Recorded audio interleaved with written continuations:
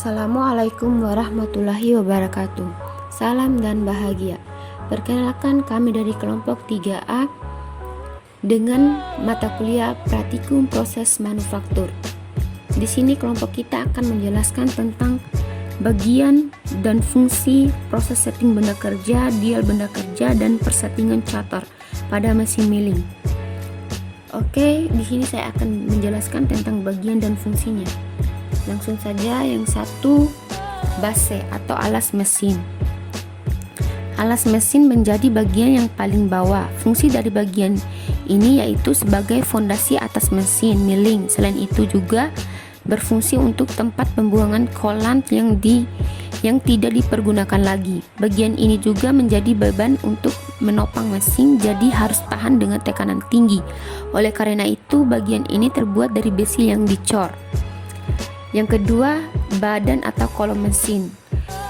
Bagian badan atau kolom mesin ini mempunyai ciri khas berbentuk seperti ekor burung dalam posisi tegak. Posisi badan mesin sangat kokoh dan tegak. Salah satu dari fungsi bagian ini yaitu gerak turun naiknya lutut yang membawa meja dan sadel, lalu dijadikan sebagai dudukan sekaligus rumah atas roda. Gigi badan mesin ini juga menjadi satu patokan atau sumbu utama. Yang ketiga, lutut atau knee. Pada bagian ini mempunyai dua buah alur yang berbentuk seperti ekor burung tegak lurus. Satu dari ekor tersebut berpasangan dengan sadel, sedangkan ekor lainnya berpasangan dengan kolom atau badan mesin. Lutut ini juga terbuat dari besi yang dicor, sama seperti alas mesin. Untuk lutut ini dapat digerakkan, namun arah gerakan harus vertikal. Pada lutut ini terdapat beberapa roda yang berfungsi untuk mengatur suatu gerakan secara otomatis, entah itu gerak ke arah kiri, kanan, mundur maupun maju. Selain itu, di bagian lutut juga bisa dikunci menggunakan kolom supaya lebih kokoh saat alat sedang digunakan atau proses pengefraisan berlangsung.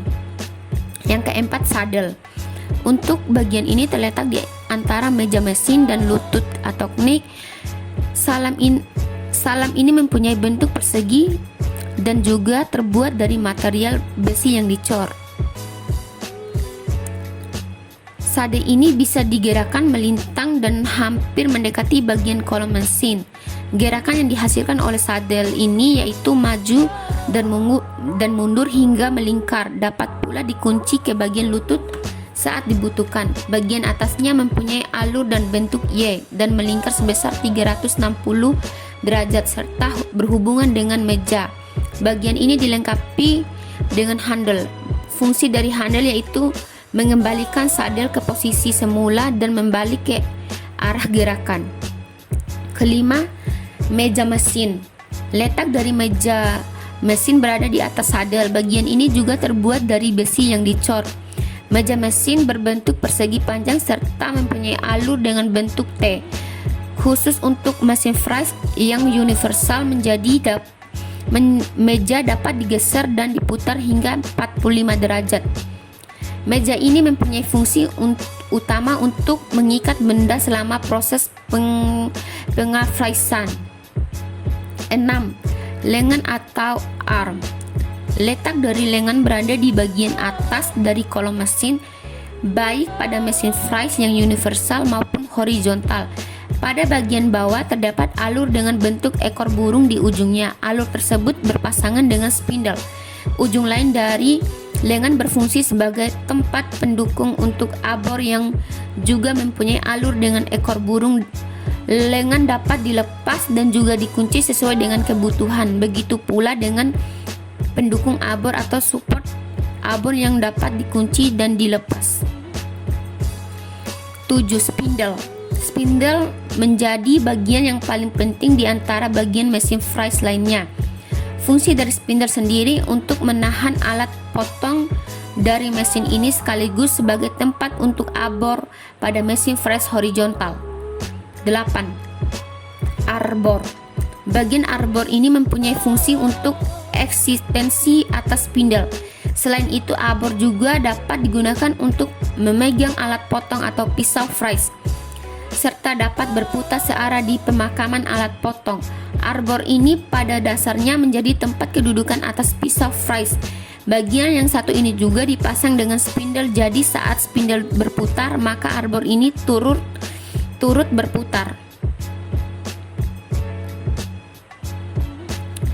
Untuk mesin fries horizontal, arbor mempunyai bentuk batang yang bulat. Pada sepanjang bagian badan arbor dipenuhi dengan pasak. Ada pula arbor yang dilengkapi dengan berbagai macam cincin atau speaker. Fungsi dari speaker tersebut untuk menjepit pisau fries atau cutting tool, jadi pisau tidak bergeser maupun bergerak dari posisinya. 9. Arbor support atau pendukung arbor. Untuk arbor support mempunyai fungsi sebagai pendukung arbor supaya dapat bergerak dengan stabil. Bagian ini mempunyai alur dengan bentuk ekor burung. Selain itu, support arbor juga berpasangan dengan lubang dan lengan mesin. 10. Milling head. Milling head terletak di bagian paling atas untuk mesin fries vertikal. Milling head ini terdiri dari motor penggerak, spindle, dan beberapa mekanisme pengendali mesin lainnya. 11. Ram. Ram merupakan bagian pada lengan yang merojok untuk mesin fries jenis vertikal di ujung, dan ini mempunyai hubungan langsung dengan kolom mesin, sementara ujung lainnya berhubungan dengan milling head. Ke-12. Motor penggerak.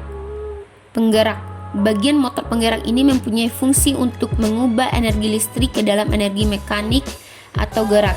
Pada bagian inilah yang merupakan sumber penggerak dari mesin fries. Ke-13. Handle. Pada bagian handle mempunyai fungsi untuk menggerakkan meja mesin dengan manual, baik untuk bergerak secara vertikal maupun horizontal. Terakhir, pisau fries atau milling cutter. Pisau fries ini mempunyai berbagai macam jenis, mulai dari 1 gigi hingga 4 sampai 10 gigi. Semakin banyak gigi maka semakin cepat pula proses penyayatan benda. Pada pisau ini mempunyai lubang dengan suatu ketelitian yang tinggi. Lubang pisau dapat masuk pada arbor mesin. Di lubang pisau ada ular pasak yang berfungsi untuk tempat kedudukan dari pasal tersebut, jadi pisau dapat terikat kuat di arbor. Cukup sekian dari kita. Wassalamualaikum warahmatullahi wabarakatuh. Assalamualaikum warahmatullahi wabarakatuh. Salam dan bahagia. Perkenalkan, nama saya Atul Armandaru, NIM 2019-012004. Di sini saya akan menjelaskan tentang setting benda kerja. Maksud dari setting benda kerja adalah menempatkan titik nol benda kerja pada ujung kanan di sumbu benda kerja. Setelah itu, langkah-langkah setting benda kerja. Yang pertama, pasang benda kerja.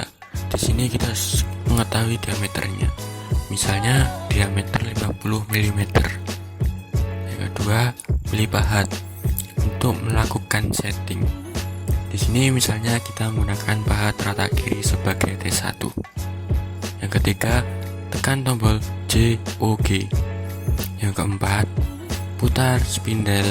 Dengan menekan tombol putar spindle, pilih putaran yang sesuai posisi pahat, putar kanan atau putar kiri. Yang kelima, geser pahat sehingga menyentuh bagian diameter benda kerja. Kemudian tekan tombol I untuk posisi sumbu X. Tulis diameter benda kerja yang disentuh, misal 50. Setelah itu enter. Pada layar akan tertulis posisi X 50.000 T1X, yang artinya pahat diameter 50 mm dan pahat yang dipilih pahat nomor 1. Yang keenam, geser pahat pada bidang di ujung benda kerja dan sentuhkan pahat pada permukaan rata. Kemudian tekan tombol K untuk posisi sumbu Z, tulis 0 lalu enter. Kemudian pada layar akan tertera Z atau T1X, yang berarti pada posisi pahat 1 tersebut harga sumbu Z0. Yang ketujuh, jauhkan pahat dari benda kerja dan matikan putaran spindle. Yang kedelapan, apabila ingin menjauhkan pahat dari koordinat tertentu, misalnya X60 dan Z5, maka mode operasi JOG ditulis X60, enter dan seal start, maka pahat bergerak menuju X60. Ketik Z5, enter, seal start, maka pahat akan bergerak menuju Z5. Dan yang terakhir, posisi ini kita catat. Nanti untuk menulis program CNC ditulis G50 X60 Z5. Setelah itu saya akan menjelaskan tentang dial indikator. Jam ukur atau dial indikator adalah alat pembanding yang banyak digunakan di industri permesinan, terutama pada bagian pengukuran. Dial indikator ini digunakan untuk mengetes penyimpangan kecil pada bidang datar, bulat, atau permukaan lengkung. Setelah itu, fungsi dial indikator. Dalam penggunaannya, dial indikator memiliki beberapa fungsi, antara lain untuk memeriksa kesejajaran permukaan, memeriksa kebulatan diameter poros, menyetel plat siku, memeriksa penyimpangan putaran berubah bantalan seperti pada poros engkol, dan memeriksa penyimpangan aksial dari drum roda mobil. Kurang lebihnya mohon maaf. Sekian, terima kasih, salam. Assalamualaikum warahmatullahi wabarakatuh. Salam dan bahagia. Perkenalkan, nama saya Wahyu Wicaksono. Saya akan menjelaskan persettingan cutter. Arbor ditempatkan pada lubang poros kerucut, sedangkan ujung lainnya disangga atau ditahan dengan bantalan pada lengan opram. Menunjukkan mesin press horizontal dengan satu pisau mantel terpasang pada arbor.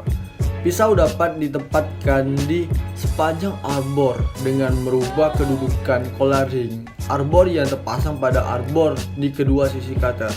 Collar paling ujung kiri mendukung ujung arbor, sedangkan collar ujung kanan menahan arbor dengan dikuatkan oleh mur pada ujung arbor. Menunjukkan beberapa cutter yang dipasang pada arbor untuk berbagai keperluan pemotongan sesuai dengan cutter terpasang. Collar ring arbor digunakan untuk memberi ruang dua cutter atau lebih pada jarak tertentu satu dengan yang lainnya. Kadang-kadang dalam mengatur jarak ini, operator harus menambah dengan sim yang terbuat dari aluminium atau tembaga di antara collar tersebut untuk mendapatkan ketelitian jarak penempatan cutter. Posisi cutter pada arbor pisau sebaiknya diletakkan sedekat mungkin dengan ujung poros untuk menghindari pembebanan berlebihan ketika sedang pemakanan. Untuk itu diperlukan beberapa cara pemasangan pisau yang tebal pada arbor. Mungkin hanya itu saja. Sekian, salam.